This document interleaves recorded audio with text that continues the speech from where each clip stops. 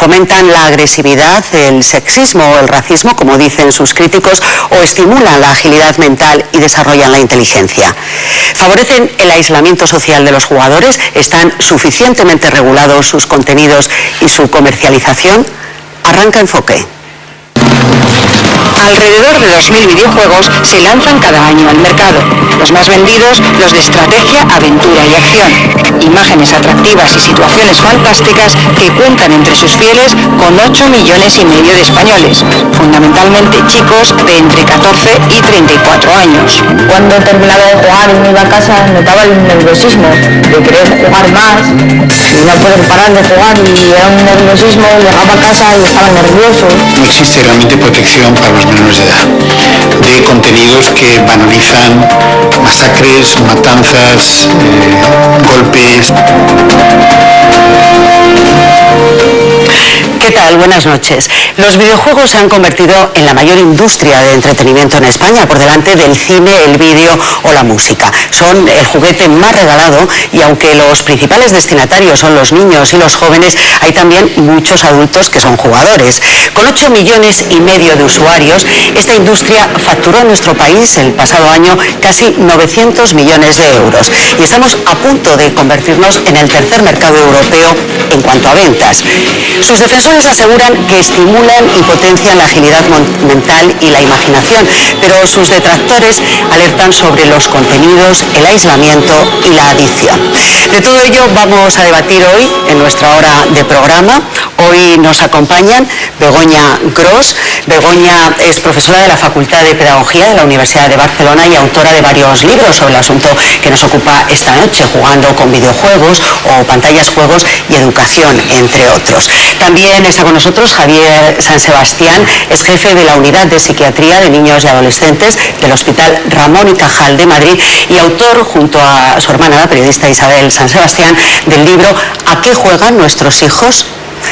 Ignacio Pérez Dolcet es director general de la empresa española de videojuegos Bioestudios. José Antonio Ortega es profesor titular de Nuevas Tecnologías Aplicadas de la Educación de la Universidad de Granada. Manuel del Campo es director de la revista Hobby, una de las muchas revistas que existen en nuestro país. Y Guillermo Cánovas es el presidente de la Asociación en Defensa de la Infancia Protégeles. Muy buenas noches a los 6. Muchas gracias por haber aceptado nuestra invitación. Y antes de nada vamos a comenzar con una misma pregunta para todos ustedes. Les pido que sean breves en esta primera aproximación al tema. Me gustaría saber cuál es su opinión. ¿Tienen más ventajas que riesgos los videojuegos o más inconvenientes que ventajas? Begoña. Desde mi punto de vista, más ventajas que inconvenientes, dado que el juego es el juego electrónico que de alguna manera está apoyando el desarrollo de las personas para el siglo XXI. Javier. Para mí no son ni intrínsecamente buenos ni tampoco malos. Todo depende de los controles que se establezcan, sobre todo a nivel de la familia. Y bueno, de los contenidos que tengan. Los hay con contenidos muy positivos y con contenidos muy negativos, ¿no? Yo sí he de decir que he visto psicopatología derivada de los videojuegos, pero también he visto psicopatología derivada de otras muchas actividades que no son tan polémicas como esta. Es decir, yo no me mojo ni en un sentido ni en el otro a priori. Ignacio, ¿y usted? Yo creo que claramente los videojuegos son positivos, porque frente a otras formas de entretenimiento, una de las cosas que están incentivando es la participación. Los niños, los adultos que utilizan su tiempo libre con un videojuego no se limitan a ser meros espectadores de un bombardeo de contenido, sino que participan en ese contenido. Y desde el punto de vista de la creación, pues creo que es un mundo fascinante, porque estamos hablando de una de las mayores acumulaciones de disciplinas del mundo del entretenimiento que hay en estos momentos en el mundo. Una acumulación de gente de entornos de la televisión, guionistas, de bellas artes, artistas gráficos, y realmente yo creo que desde el punto de vista de producción el valor que están dando los videojuegos es realmente extraordinario. José Antonio. Sí, la interacción persona-máquina, videoconsola u ordenador, siempre puede ser favorable de cara al desarrollo individual y social del sujeto. El problema está en la edad en la que se produzca esa interacción, en los contenidos, en los hábitos y en las actitudes que se desarrollen y en los valores que se desarrollen detrás de esa interacción. Manuel. obviamente yo considero que tienen muchos aspectos positivos, que son los que hay que potenciar sobre todo, y puede tener aspectos negativos, pero siempre vienen por el mal uso. Entonces yo creo que lo que hay que hacer es tener sobre todo una supervisión, sobre todo con los jugadores de menor edad, y fomentar sobre todo todos los códigos de regulación que puedan servir de información para que la gente sepa a qué juega y cuáles son los juegos más adecuados dependiendo de la edad. Guillermo, ¿su opinión? Pues creo que son herramientas, instrumentos, y como tal pues no son ni buenos ni malos, todo depende en efecto, como os he dicho ya, primero del contenido de esos videojuegos y segundo de las características de las personas que estén jugando con ellos en un momento dado, sobre todo de que sean menores o no.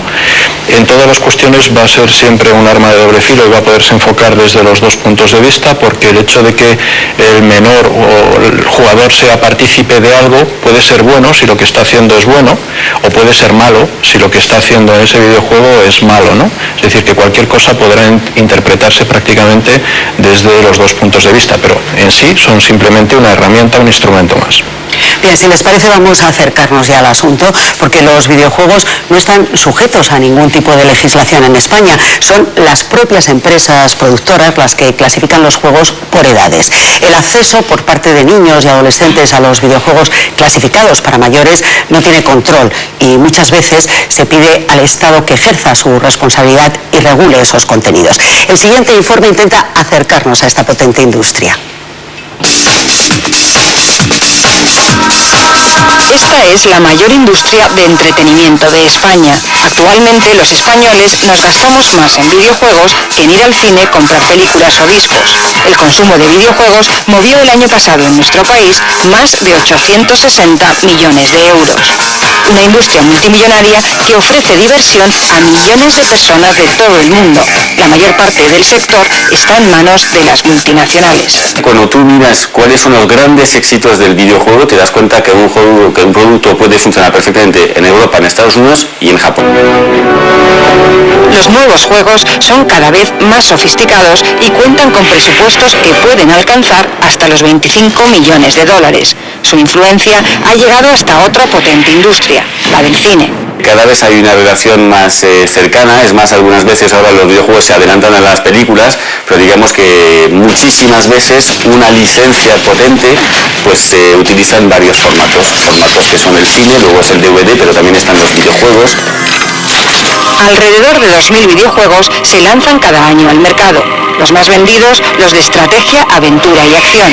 Imágenes atractivas y situaciones fantásticas que cuentan entre sus fieles con 8,5 millones de españoles, fundamentalmente chicos de entre 14 y 34 años. Nosotros creemos que el problema de las mujeres hasta el momento ha sido que nosotros, Nintendo o cualquier otra compañía, no ha pensado en juegos exclusivamente para ellas.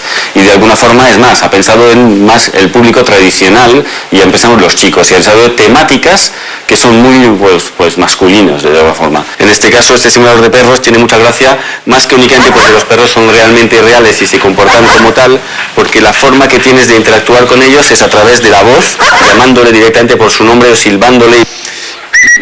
Se ha visto saltar una pequeña pulga. Debo reconocer que yo he estado de viaje, no he podido estar con Kiko en unos días. Parece que está un poco realmente sucio, le vamos a bañar. Los defensores de los videojuegos aseguran que estimulan la memoria, potencian los reflejos y desarrollan la inteligencia. Sus detractores advierten de que si se juega en exceso pueden provocar aislamiento y adicción.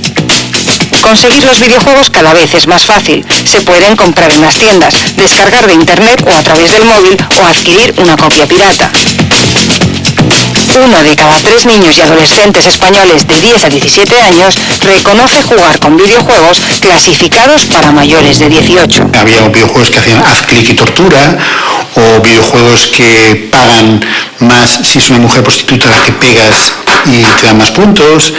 Y puede cualquier menor de edad ir a comprarlo a cualquier almacén, puede descargárselo a través del teléfono móvil sin ningún tipo de problemas y puede verlo también en internet sin ningún tipo de restricciones. Actualmente no existe ninguna legislación estatal que regule el acceso de los menores a determinados videojuegos.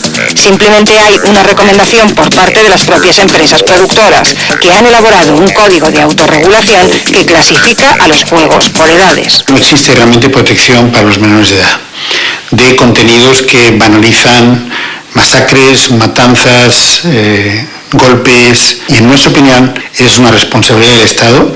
Aquellos que legítimamente ganan dinero, que son las empresas del sector que ganan millones y millones de euros al año, no pueden ser los encargados de proteger a los menores de edad. Bien, Begoña, ¿cree usted, como se apuntaba en el informe, que debería existir una legislación estatal y en qué sentido debería de ser? Bien, yo más que exigir, o sea, existe una legislación estatal, porque yo creo que entramos en el tema un poco del mercado, ¿no?, y del acceso. Yo creo que lo que debería haber es una mayor información, incluso sobre los códigos existentes, sobre todo de cara a los consumidores y en el caso de los menores de cara a los padres. Es decir, más que una legislación que regule o que prohíba, yo no soy muy partidaria de las prohibiciones, pero sí creo que es necesario tener esa información y tener el conocimiento de que existen realmente unos códigos, es decir, que dan una orientación, igual que sucede en otros ámbitos. Ignacio, ¿en otros países cómo está la situación de los videojuegos? ¿Está legislado? Bueno, por ejemplo, el caso europeo es similar al de España. De hecho, el código de regulación que se aplica en España es un código de regulación de ámbito europeo y que viene a sustituir un código de regulación que existía con anterioridad y que era de ámbito exclusivamente nacional, y quizás la excepción europea es el caso alemán, donde en Alemania tiene una legislación más restrictiva que la del resto de Europa. Y bueno, yo creo que es importante también destacar, pero como hemos visto en este vídeo, se habla de que es un código elaborado por la industria. Yo creo que eso no es del todo exacto, es decir, es un código impulsado por la propia industria, pero en el que han participado en la elaboración de ese código, han participado profesionales del ámbito de la psiquiatría, psicología infantil, organizaciones que están muy cercanas al menor y que, por ejemplo, en el caso español yo conozco muy bien porque participé en aquellas conversaciones. Se hizo de acuerdo con el Ministerio de Sanidad y Consumo y con su aprobación y con su revisión del código, y en cierta medida pues ellos sancionaban que el contenido de ese código era correcto, o sea que no es un código que haya elaborado la industria con unos criterios mercantiles, ¿no? El código solo regula la edad, ¿no? Una orientación sobre la edad a la que está dirigida el videojuego. Sí, el código regula la edad recomendada a partir de los contenidos, qué contenidos hacen que un determinado videojuego sea más apto para una edad o para otra, y además se especifica en el propio videojuego, aparece no solo la edad, sino la razón por la que ese videojuego ha sido recomendado para una determinada edad. Si lo que tiene es un contenido relacionado con la violencia, o lo que tiene es un contenido sexista, o lo que tiene es un contenido de otro tipo, y que es la motivación por la que ese videojuego tiene una recomendación, por ejemplo, de 16 años y no de 12, ¿no? Guillermo, ustedes desde Protégeles han observado que niños o padres siguen estas recomendaciones en cuanto al código de a quién conviene ese juego. Pues en la mayoría de las ocasiones no. Nos encontramos primero en efecto con una falta de información. La mayoría de los padres desconocen incluso la existencia del propio código PEGI, ¿no? Por otro lado, nos encontramos con que muchas veces no son los padres los que acuden a la tienda a comprar videojuegos, sino los propios menores. Es decir, que el tener informados a los padres o elaborar mecanismos interesantes para los padres no siempre es efectivo cuando es el menor el que va a comprar el producto, ¿no? Por eso nosotros sí que somos partidarios de que exista una legislación por parte del Estado, como existe en muchas otras cuestiones. No puede ser una cuestión que dependa solamente en efecto de la industria, y pensamos que es la única forma, porque los códigos de autorregulación en otros campos tampoco han demostrado ser muy efectivos, y el ejemplo más claro lo tenemos aquí mismo, lo tenemos en la televisión, ¿no? Existe un código de autorregulación por el cual muchas cadenas se comprometen a no emitir determinados programas en un horario juvenil, a respetar una forma de publicidad, etcétera, ¿no? Y todos sabemos y vemos y denunciamos que esto no se respeta en absoluto, ¿no? Es decir, los códigos de autorregulación no siempre son efectivos, y cuando la intención es proteger al menor hay que plantearse algo más serio y más efectivo. Y esta prohibición, se lo pregunto a Javier San Sebastián o a José Antonio, ¿no le haría a los chavales que les resultase todavía más atractivo lo que está prohibido para ellos? Yo creo que tendría un poder de atracción. No creo que sea cuestión de prohibir, sino de regular.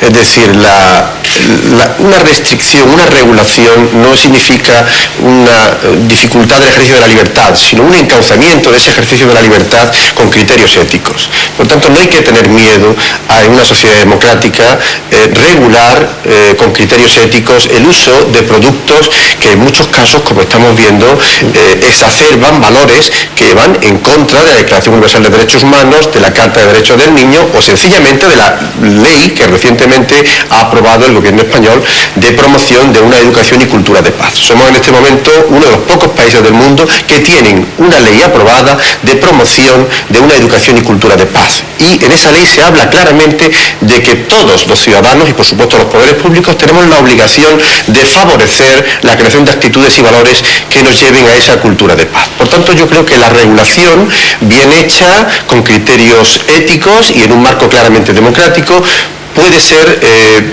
beneficiosa.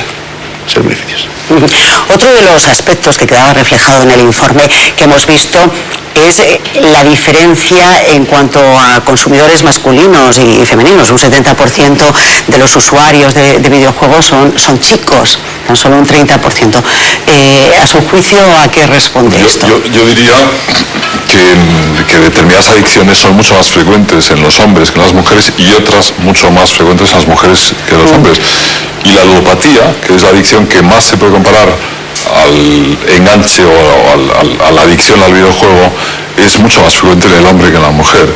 Hay un componente biológico de la personalidad que es la impulsividad, que suele ser más intensa o más frecuentemente alterada en el varón que en la mujer, y eso probablemente hace que haya más jugadores masculinos o más consumidores de videojuegos chicos que chicas, ¿no?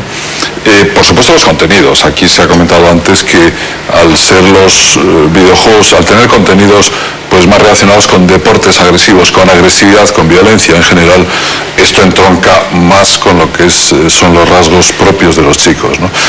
Pero ya que estamos hablando, o se ha rozado el tema del enganche y de la adicción, y espero que después se desarrolle, pues yo creo que es un tema muy interesante. Yo diría que, por ejemplo, hay otra conducta adictiva, que es el consumo de telefonía móvil, o yo qué sé, el consumo de internet en Messenger, que es más frecuente en chicas que en chicos, sin embargo, ¿no? O sea, diríamos que las chicas están más por comunicarse y los hombres se pueden obsesionar más, con una actividad en la que pueden estar solos, como es el videojuego, sí, ¿no? Ahí en el videojuego está el tema de la competitividad, de la superación, y eso, históricamente ha estado más relacionado con la masculinidad que con la feminidad. Ahora probablemente sea distinto, ¿no? Pero yo creo que los fabricantes de videojuegos saben manejar muy bien esos componentes, mezclándolos también con temas relacionados pues con la superación, con la heroicidad, con la violencia y tal, pues para atraer consumidores que en este momento son, ya digo, muchos más chicos que chicas, ¿no? Manuel, ¿tú crees, sí, ahora Begoña, que la industria se está ya planteando cómo ganar ese mercado femenino? En fin, sin duda somos también consumidoras. Hombre, es evidente, aparte de la explicación que está dando Javier, yo creo que hay una más sencilla, que es que estamos hablando de una industria muy joven y hasta este momento, lógicamente, al principio, como bien se ha dicho en alguno de los vídeos que hemos visto, los primeros juegos que se han hecho pues estaban muy orientados hacia un tipo de contenidos que iban más hacia probablemente un público más masculino, ¿no? Pero desde luego esto está cambiando y está cambiando de forma notable. Por ejemplo, este juego que hemos visto en el vídeo, Nintendox, es un juego que desde luego está atrayendo mucho más a chicas que a chicos.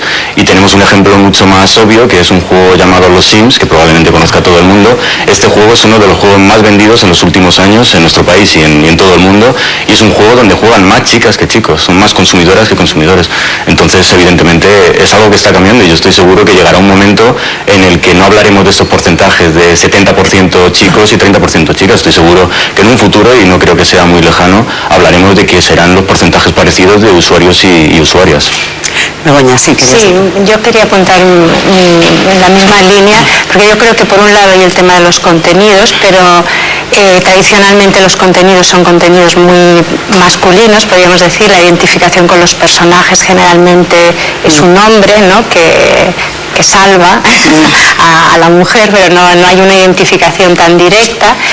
pero también creo que eso es un aspecto que va cambiando y como apuntaba el tema de los Sims es clarísimo, es decir, es un juego que desde el primer momento ha habido una participación femenina clarísima. Y después también creo que hay un efecto, un elemento sociocultural ya en la familia, que ya dentro de la familia, igual que hay juguetes, ¿no? Más masculinos o más femeninos, también hay una cierta atribución del juego, la consola o el Game Boy, que también se llama Game Boy. También las pantallas pequeñas. Se le regala más al niño y luego se regalan también mucho más juguetes o se mantiene, diríamos, el consumo de juego más en el niño que en las niñas. No sé si me habían pedido. No, yo creo que hay un elemento importante en esto y que creo que es la explicación de ese fenómeno. Es decir, el videojuego proviene del mundo de la tecnología y proviene del mundo de la programación, fundamentalmente en los años 80, y en aquella época, como sigue ocurriendo a día de hoy, el 95% de los desarrolladores de videojuegos son hombres y por tanto hacen videojuegos que son los videojuegos que ellos siempre quisieron jugar, y hay muy pocas mujeres en producción de videojuegos. Yo creo que el día que la mujer se incorpore también a la producción de videojuegos, cosa que hoy no está ocurriendo a un ritmo como para cambiar esto a corto plazo, yo creo que a medio plazo sí, pero esa incorporación producirá un cambio importante en la producción de videojuegos y habrá más contenido para las mujeres. Yo creo que también es fundamental apuntar otro elemento, que es, yo creo que detrás de muchas de estas demonizaciones que hay del videojuego y siempre hablar de los elementos negativos, yo creo que lo que subyace siempre es el miedo a lo nuevo, algo que no se conoce en profundidad. Por ejemplo, yo creo que es mucho más difícil encontrar detractores de los videojuegos en gente menor de 30 años que se ha criado con el videojuego, que ve que el videojuego es algo normal y que evidentemente pues tiene algunos problemas fruto de un mal uso de esos videojuegos o de un mal hábito. Yo, por ejemplo, si yo viera un niño que está leyendo 14 horas al día o 10 horas al día leyendo cómics, o que duerme 14 horas al día o que solo piensa en jugar al fútbol, pues también me preocuparía y diría, oye, que la vida es otra cosa y que tienes que compatibilizar esas actividades con otras cosas. Y yo creo que el videojuego pues está inmerso en el mismo fenómeno. Y por último decir que un elemento fundamental, y que yo creo que en este país deberíamos superar ese debate, porque la realidad es que ¿por qué existen videojuegos para hombres? Porque los hacen los hombres. Y la realidad es que hasta entonces España es un país consumidor de videojuegos, pero no es productor de videojuegos. A mí eso me interesa muchísimo, porque en los años 80 es verdad que en España se produjeron videojuegos que fueron bestseller, ¿no? Y que siguen. ¿Qué ha sucedido para que ahora estemos tan retrasados en cuanto a producción? Yo creo que fundamentalmente que ha madurado el negocio. La producción de videojuegos están entre 10 y 20 millones de euros, con una tecnología tremendamente avanzada que requiere inversiones muy a largo plazo, gente formada. Por ejemplo, vamos a Estados Unidos y hay estudios donde hay 1000 personas haciendo videojuegos con producciones de 30 a 40 millones de dólares, con tecnologías que llevan 10 años desarrollando. En la universidad en Estados Unidos existen 20-25 facultades en Estados Unidos que ya están impartiendo desde hace años cursos especializados en la producción de videojuegos, de donde salen miles de profesionales que alimentan esa industria. Y en España evidentemente perdimos ese tren hace mucho tiempo, culturales, de hábitos de vida y el videojuego está creando los hábitos culturales del futuro en los niños de hoy, en los adolescentes de ayer y en los jóvenes de anteayer. Y Lara Croft es un personaje inglés, los Sims son un modo de vida americano en el chalet adosado americano, en el centro comercial americano, o Pokémon es un reflejo de los modos de vida y de los hábitos de entretenimiento y mentales del mercado japonés, que fue el generador de este producto. Y España, desgraciadamente, pues no tiene muchos referentes locales, nacionales en ese ámbito, ¿no? Es el que inventen ellos, ¿no?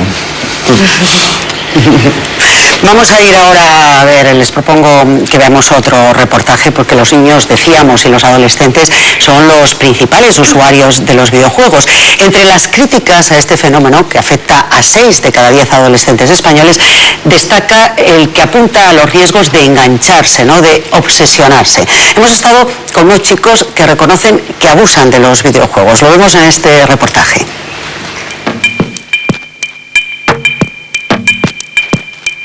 Empecé con los 8 años a jugar con videojuegos. Esto es un enganche como le digo yo, es que no sé explicarlo bien. Si yo pudiera, pues me pasaría 4 o 5 horas jugando seguidas. El videojuego ofrece una diversión sencilla, rápida y muy excitante. Entonces permite refugiarse en momentos difíciles para el chaval. Yo creo que desde mi comunión empecé ya con los videojuegos, empecé con la Game Boy y luego fue como un vicio. Y luego fui a los ciber y ahí ya sí que me enganché. Pero el vicio empezó sobre los 11 años. ¿Sabes? Jaime tuvo que ser tratado por un especialista para desengancharse de los videojuegos. Te da la sensación de que tú en ese juego o en más de uno pues puedes ganar a todos y a medida que te vas consiguiendo puntos pues tú te alegrabas y te iban dando más tiempo para jugar. Ese uso excesivo le llevaba a mentir frecuentemente a su madre. Yo salía del colegio y la ponía cualquier excusa para irme al ciber a jugar y me decía que dónde estaba, y yo decía que estaba con mis amigos o haciendo un trabajo, me saltaba las cosas que tenía que hacer. O sea, por ejemplo, ir al inglés, pues no iba. Una hora que tenía más para jugar. Todas las mañanas, que normalmente entre semana tienen instituto, siempre hay alguien jugando a las máquinas, siempre. Y no es que digan que están en el recreo ni nada, porque se tiran aquí 1 hora, 2 horas. Me llamaban mis amigos para ir al cine y yo decía que no, que estaba castigado. Era mentira, yo me iba al ciber a jugar. En un sentido estricto no hay adicción a los videojuegos. Habrá uso excesivo, habrá pérdida de tiempo, habrá en algún momento un apasionamiento, pero no es una adicción. Cuando terminaba de jugar y me iba a casa notaba el nerviosismo de querer jugar más y no poder parar de jugar y era un nerviosismo, llegaba a casa y estaba nervioso. Joder, yo me gastaba un dineral, mi madre me daba 5 o 6 euros y con eso no podía ir al ciber todos los días. Yo qué sé, pues se lo quitaba. Cuando se produce un uso abusivo y continuo del videojuego, normalmente lo que tenemos es un problema en el niño, un problema en su entorno. La madre de Jaime intervino. Pidió en la sala de juegos que prohibieran la entrada a su hijo. Yo, si veía que a un ciber no me dejaban entrar, pues iba a otro.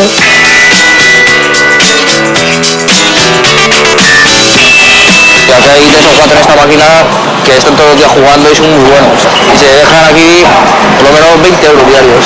Los apasionamientos de los chavales, de los preadolescentes y de los adolescentes pueden ser muy fuertes, mantenerse durante unos cuantos meses y no tener ningún tipo de motivo patológico detrás, ser simplemente un capricho pasajero. José Ramón lleva desde los 90 tratando este problema en los menores. Defiende las ventajas de las nuevas tecnologías y tiene una conclusión clara. El videojuego no es el culpable, doctor. ¿Dónde está? Bueno, yo quiero decir en contra de lo que se ha dicho aquí, que en sentido estricto sí existe una adicción al videojuego y a otras muchas cosas, y lo voy a justificar. Se trata de una adicción llamada comportamental, es decir, como toda conducta adictiva o adicción establecida, tiene que cumplir 4 dimensiones o 4 requisitos que son, en primer lugar, el deseo irrefrenable de poner en práctica la acción. En segundo lugar, la experiencia de placer progresivo y de tensión según se va jugando. En tercer lugar, la abstinencia cuando no se puede llevar a la práctica y la sensación de impotencia, de frustración, de rabia, de tensión cuando no se puede llevar a la práctica. Y en cuarto lugar, pues un estado generalizado de necesidad de poner en práctica la acción en cuestión. Cuando uno estudia desde el punto de vista profesional a los chicos que están con este tipo de comportamientos y ve la gran cantidad de disrupción que esto produce en el ámbito escolar y en el ámbito familiar, llega a la conclusión de que sí existe adicción a los videojuegos, pero es que además desde el punto de vista profesional, científico, nosotros lo hemos estudiado con una escala de adicciones que utilizamos en mi hospital y hemos visto que sí cumplen los requisitos, al igual que existe la adicción al juego de consumo dinerario. Ahora, esto no es algo en lo que el videojuego sea en sí el culpable, no.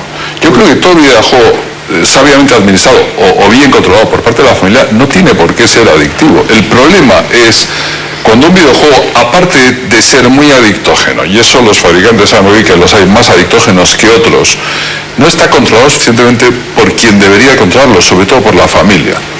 Y ahí entramos en la forma de utilizar el videojuego que es el videojuego como forma de tener distraído al chico para que no moleste y para que no ocupe el tiempo de los padres, que habitualmente no disponen de ese tiempo. Entonces, cuando el chico está horas y horas ante la pantalla o está en el ciber con los amigos, porque los padres no se pueden ocupar de él, no tienen tiempo o simplemente delegan en el videojuego, sí existe la capacidad de producir adicción en los chicos. Y hay que decir además que no todos los chicos tienen en esencia la misma capacidad de hacerse adictos al videojuego. Los hay, sobre todo los que son más descontrolados y más impulsivos, que tienen más capacidad de hacerse adictos, y los hay que tienen menos capacidad de hacerse adictos. Pero que la adicción al videojuego existe, vamos, es un hecho incontestable. Supongo que habrá un debate. Ahora, también existe la adicción también a leer. Aquí yo tengo algún paciente que es adicto a la lectura. ¿Qué adicción es mejor, una u otra? En cualquier caso, dejas de hacer otras actividades, de socializarte, de ver a gente, como contaba este chaval, ¿no? Es capaz de mentir incluso a los amigos, porque bueno, que mientas a la familia por estar más tiempo delante de la pantalla, pero que mientas a los amigos cuando es una actividad... Sí, bueno, eso sucede lo mismo que pues, el que es adicto a consumir heroína. Es decir, la adicción es algo que invade toda la vida del individuo y se vive para poner en marcha la adicción, ¿no? Entonces, con el videojuego y con otras actividades determinadas, pues sucede que hay aislamiento social, que las habilidades sociales se van perdiendo.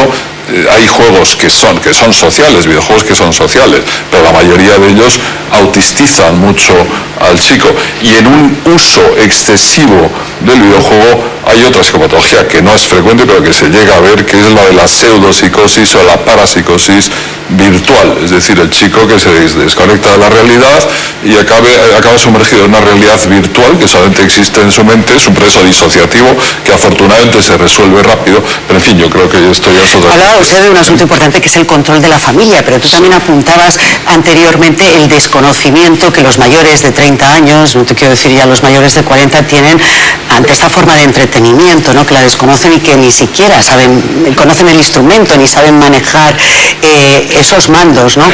Entonces esa familia, no sé yo de qué manera puede intervenir, tan solo controlando la hora en la que está el chico delante de la pantalla. Claro, entiendo que ese es el hueco que el Código de Regulación intenta cubrir, que es el de decir, aquí es donde se está detallando cuál es el contenido de este videojuego y por tanto qué uso debe hacerse de ese videojuego. Y yo creo que tampoco hay que olvidarse de otros factores fundamentales. Es decir, primero, el videojuego es algo que para que un niño juegue un videojuego tiene que hacerlo, digamos, en público.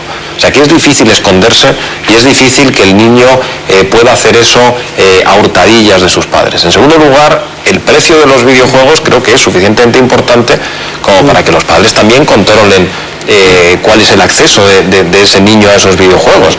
Y está la noche, ¿no? Y sí, pero está el pirateo. Claro, el altísimo porcentaje de los videojuegos están pirateados. A eso quiero llegar, es decir, está la noche, de acuerdo, pero que un niño esté jugando por la noche, es decir, ¿es culpa del videojuego o es culpa del evento distinto? No estoy culpando. Claro. Dices que no se puede hacer otra. Sí se hace otra. Claro, se hace otra. Podría estar viendo la televisión, podría irse de casa, podría estar haciendo cualquier cosa, podría quedar con sus amigos para jugar a las cartas. Y sobre el tema del pirateo, creo que ese es un tema fundamental. Aquí se ha hablado de prohibir, yo creo que hay un tema mucho más preocupante, y algún estudio, por ejemplo, como el caso del estudio de Protégeles, creo que lo que es un dato preocupante es que el 57% de los niños se confiesen consumidores de producto pirata. Aquí estamos hablando del peligro del videojuego potencial, y siempre cuando hablamos de 8,5 millones de usuarios en España, 14 millones de unidades vendidas al año, pues claro que puede haber casos particulares, pero en cualquier fenómeno de 8,5 millones de consumidores vamos a encontrarnos una casuística tremenda y no se puede generalizar a partir de casos concretos. Pero el 57% de piratería, que es un acto delictivo, que es contemplado por la ley, por el Código Penal, y que además afecta a la percepción de valor, a la percepción de la propiedad intelectual, y que eso no se considere algo mucho más preocupante que lo otro, que es decir, bueno, los padres, ¿no? El hijo llega a casa con un disco pirata. Es mucho más preocupante, depende de la escala de valores en la que los veamos. Es decir, tan preocupante es el delito de pirateo contra la propiedad intelectual como el estar fomentando permanentemente una sociedad belicista, una resolución de problemas por imposición, por fuerza, es decir, valores que hoy están detectados por cualquier sistema democrático. Entonces yo creo que detrás de esto lo que hay es un problema de educación para el ocio y el tiempo libre. Es decir, los sistemas educativos se obsesionan por educar en la escuela, en los espacios escolares, pero ni los espacios escolares ni las propias familias se preocupan de que el adolescente o el niño tengan un uso creativo del tiempo libre, en contacto con la naturaleza, en contacto con acciones solidarias, etcétera, etcétera, o en contacto con muchos videojuegos que no son violentos. Nosotros recientemente estamos haciendo una experiencia en la Facultad de Educación de Granada, y es que los alumnos de magisterio, de tercero de magisterio, están aprendiendo a hacer películas de cine con un videojuego que ha aparecido recientemente en el mercado. Entonces estamos dándole una utilización totalmente creativa en un programa de introducción didáctica al cine digital. Por tanto, yo creo que el problema fundamentalmente es que hay que regular, porque aparte de educar a los padres, que esto es un trabajo a largo plazo, hay que regular porque evidentemente los padres son de otra generación y se les ha venido encima una realidad que difícilmente pueden controlar. Por tanto, hay que empezar a exigir no solamente concienciación pública por parte de los medios de comunicación, de las escuadras de padres y madres de los colegios, de la ONG, etcétera, etcétera, sino también algún código que permita que se separen en los lugares de venta unos videojuegos de otros, que ese código de identificación se complete, que no en todos los videojuegos aparecen los indicadores del código, de edad, de tipos de contenido, etcétera. Es decir, habría que insistir y habría que, sobre todo, vigilar, como cualquier otro producto de consumo, el que la regulación que existe o la que se pueda hacer se cumpla. Porque es curioso que en regulaciones de alimentación nos preocupemos de que haya inspecciones municipales, provinciales, de las diputaciones autonómicas, y en este tipo de cosas ni creamos códigos ni encima inspeccionamos.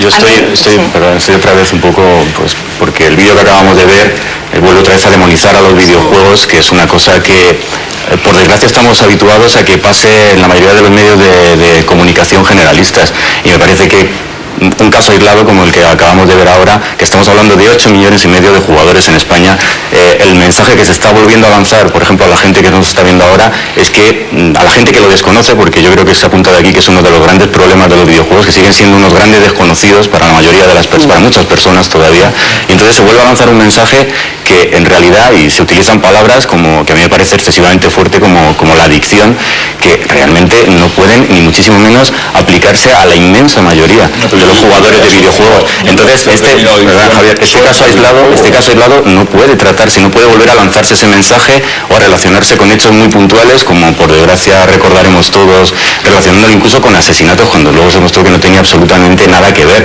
Entonces, por favor, yo pido que tratemos a los videojuegos con responsabilidad y con rigor, que es de lo que se trata, y dejémonos ya de utilizar casos aislados y muy llamativos a lo mejor para los medios de comunicación como si fuera algo que se extiende contra toda la comunidad de jugadores. Hay una lista enorme de adicciones a múltiples actividades. ¿Por qué no iba a haber también adicción a un adicto a la lectura? ¿Por qué ese caso no sale en los telediarios? Porque siempre son los videojuegos. Porque la gente sabe que la lectura no hay ningún peligro. Como si cuando la gente habla de engancharse a la televisión, ¿por qué la gente no dice que está enganchada a la televisión y sí a los videojuegos y considera que los videojuegos hay un peligro? Hay libros que puedes estar leyendo, una persona que se haya leído el Mein Kampf 35 veces, pues a lo mejor tiene un problema. Ahí habla de un libro en concreto. Exacto. Creo que ahí habéis dicho algo que a mí me parece que es, en parte, para nosotros es importante. Nos preocupa el tema de la piratería por una razón, no solo por el interés de la industria, en efecto, sino porque normalmente los juegos piratas no llevan la clasificación del código PEGI. Es decir, para nosotros un juego pirata es mucho más peligroso para un menor, en cuanto a que ni tan siquiera sus padres van a tener conocimiento sobre aquello con lo que juega, ¿no? Pero creo que en estos momentos de debate social también es importante empezar a poner algo encima de la mesa en aras de, pues, yo creo que de un criterio más desarrollado, y es qué violencia genera violencia y qué violencia no. Es que siempre hacemos comparaciones que incluso son perjudiciales. Decimos, bueno, y la violencia en televisión, y la violencia en las películas, y la violencia en no sé qué. Es que depende. Hay formas de violencia que no sirven para promocionar la violencia en la mente de un niño ni de un adulto. Por suerte, en la mayoría de los videojuegos, pues así sucede, ¿no? Y hay otras formas de violencia que están lanzando mensajes que respaldan y secundan la violencia, ¿no? A mí me preocupan los videojuegos, como me preocupan las películas, como me preocupan otros instrumentos, cuando lanzan un mensaje a favor de la violencia. Por ejemplo, cuando el protagonista es violento y nunca sufre las consecuencias de utilizar la violencia. Pues eso es un mensaje tremendo. Cuando el protagonista es violento, sea un videojuego, una película o lo que sea, y nunca se ve sufrir a las víctimas. por ejemplo, ¿no? Pero yo creo que eso es todavía más aplicable a la televisión que a los videojuegos. Probablemente. Yo quiero romper una lanza en favor de los videojuegos. Creo que esa violencia que es gratuita, sobreabundante, impune, a cargo de los héroes y desde luego siempre excesiva, divertida, cómica y tal y cual, yo creo que abunda más todavía en la televisión que en los videojuegos. Sí, absolutamente, por una sola diferencia. Por eso estamos hablando de una regulación, y eso en el caso de los videojuegos que son para mayores de 18 años, que además se trata del 4% de los juegos que son para mayores de 18 años. Yo estoy hablando de la violencia en la televisión. Me gusta aclarar una serie de puntos, es decir, primero, en primer lugar, yo creo que los videojuegos que se están lanzando a día de hoy y en la industria, yo creo que la industria regulada, que es la que ha elaborado este código y que representa el 95% de las ventas, esos juegos están regulados. Y si no, que alguien regulados. No, están regulados y los códigos de regulación aparecen. Y yo reto a cualquiera que vaya a una tienda, haga un estudio, haga un estudio y mire los juegos que tienen ese código de regulación en los juegos lanzados en los últimos 24 meses y encuentre si esos códigos están o no están. En segundo lugar, está considerado el código más estricto, además de regulación. Pero con gran diferencia. Ignacio, un momento a todos, porque en este punto estamos obligados a hacer una pausa para la publicidad. Saben que es importante para este negocio nuestro. Y a la vuelta nuestros invitados contestarán algunas de las preguntas que han llegado a nuestro correo electrónico durante toda esta semana. Será tan solo dentro de unos minutos. Les espero. Esta noche, como también estamos hablando sobre los videojuegos. Y ha llegado el momento de contestar a las muchas preguntas que han llegado sobre este asunto a nuestro correo electrónico. Han sido muchos los telespectadores que han escrito, porque quieren resaltar que sobre los videojuegos hay mucha comunicación y que en realidad son un entretenimiento maravilloso, dicen los espectadores que han escrito. Pero vamos con las preguntas. Ignacio, eso no va dirigida a nadie, pero creo que a ti te puede interesar. Mario de Polta nos pregunta ¿por qué son tan caros los videojuegos y tan difíciles de piratear? Bueno, yo creo que evidentemente son caros en valor absoluto. Yo creo que son mucho menos caros en valor relativo. Tienen un precio alto, en primer lugar, porque un videojuego puede tener 20, 30, 40, 50, 60 horas de diversión. 20 horas, 30, 40 horas jugando. Entonces, si hacemos el cálculo de cuánto cuesta una hora jugando con un videojuego, realmente es mucho más barato que otras formas de entretenimiento. Y es otro lugar también porque producir videojuegos es muy caro. A día de hoy hablamos de videojuegos que cuestan 15, 20 millones de euros producirse. Y en segundo, la segunda pregunta sobre la piratería, pues yo creo que porque fundamentalmente el videojuego, al estar en un soporte informático, es el que está más cerca de las redes piratas, o está más cerca que la música o más cerca que el cine.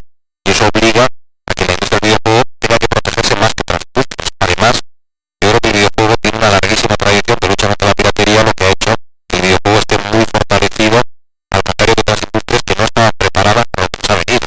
Y por último decir, bueno, que no debe ser tanta esa protección y tan buena cuando al final vemos que las cifras de pirateo aún así siguen siendo muy preocupantes, yo creo que tanto para la industria como para las autoridades como para los padres. José Antonio, Juan se interesa por su alusión al manifiesto por la paz y le pregunta ¿paz y videojuegos son incompatibles? Son perfectamente compatibles. Lo único que tenemos que hacer es crear contenidos que realmente respeten los acuerdos internacionales que suscribe nuestro país y no solamente los acuerdos, pues estamos inmersos en el decenio de Naciones Unidas para la erradicación de la violencia en la infancia. Parece un contrasentido. Justo en la mitad del decenio. En la nueva ley de la que yo hablaba, que acaba de publicar el gobierno sobre educación para la paz, se habla precisamente de impulsar la óptica de paz mediante valores de no violencia, de tolerancia, de democracia y de solidaridad en cualquier tipo de contenido. Por tanto, nosotros, y al decir nosotros no hablo ahora como universitario, sino como presidente de la Confederación Española de Clubes y Centros de la UNESCO, de la red civil de la UNESCO en España, vamos a exigir al gobierno que en todos los contenidos se cumpla esta ley de la no violencia, esta ley de la cultura de la paz, en un decenio aprobado por consenso universal por el sistema de Naciones Unidas como el decenio para la erradicación de la violencia. Estamos hablando de cosas muy serias que van a marcar tendencias al futuro de la humanidad. Sí, tendrán que elevárselo a las grandes productoras. Si no, las redes civiles lo vamos a hacer, lo vamos a exigir. Esa violencia, ¿cómo la definirías? ¿Qué es tu videojuego? A ver, que esté muy claro. No, es que la no violencia no tiene definición, es no violencia, es absoluta. Yo diría pues que se va a prohibir a Emilio Salgari, se va a prohibir la Isla del Tesoro, porque hay contenidos violentos en esos libros.